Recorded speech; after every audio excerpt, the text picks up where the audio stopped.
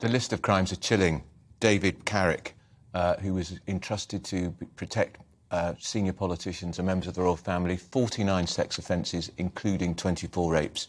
No wonder the domestic violence charity Refuge has placed 1,071 rotten apples outside Scotland Yard in protest.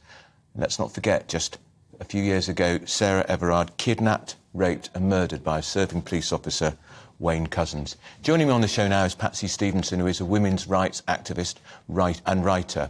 And I'm also going to be talking to Dai Davies, who's the former head of Royal Protection at Scotland Yard. Good afternoon to you both. If I could start with you first, Patsy. You, of course, were on that vigil for Sarah Everard, which was broken up in the most bizarre circumstances by the Metropolitan Police. Did you think so soon after that we'd be reading about yet another horrific sex monster within the ranks of the Metropolitan Police?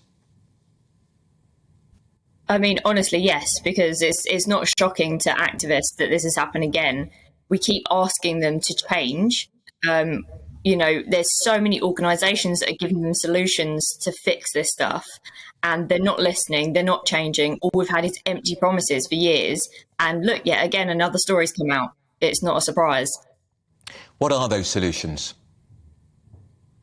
I personally think at the moment I was leaning towards, you know, complete reform, radical, like from scratch, start again. You know, it doesn't work. But at the moment, I mean, a lot of people have been talking about abolishment of the police. And listen, I don't know enough to comment and say that that's definitely the solution, but I don't know what else they can do at this point.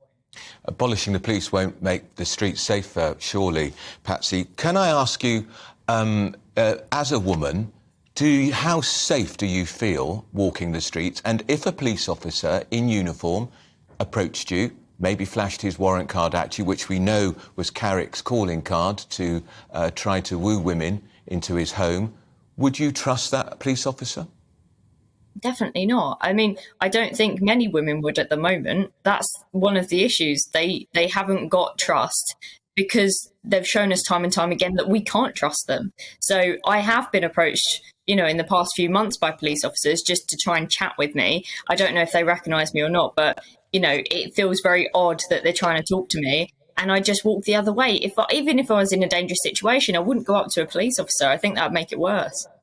Dai Davies, that's the real problem here, isn't it, in how much trust in the police has plummeted. Women will no longer trust a police officer because what happened with Wayne Couzens and now with David Carrick. And you've got people like Patsy Stevenson saying perhaps the only answer is to abolish the police and start again. Well, my heart goes out to all the victims, and I, for one moment, don't condone any criminality by any police officer. But we have to remember there are 43,000 in London, and to label them all as either racist, murderers and all the rest of it is simply wrong. My son is a police sergeant. A number of my friends are still in the police force. They are decent people, and to everybody cast them as a rotten barrel is wrong. I appreciate a great deal needs to be done, and I have a number of radical solutions I could put forward to you. Well, let's hear them, Dai. Well, the first and foremost, there is a discipline code and there's an ethical code. What I would do from next month, every single officer in the Met and in the police force should sign a legal document saying that he or she aids and abets, counsels or procures the commission of any offence, any homophobic offence, any racist. You would make yourself liable to instant dismissal. I'd also look again at the leadership in the Met. I can remember where Sir Robert Mark came down from a Leicester constabulary. He cleared out a lot. I am not convinced that the current commissioner is the right man. He may be part of the problem, not the solution. I could go on for hours. I just want to ask you one specific point about Carrick. What is shocking to me reading this, he was only vetted once in 16 years, and yet there were 9 different occasions when serious allegations were made against him. Still only vetted once in 16 years.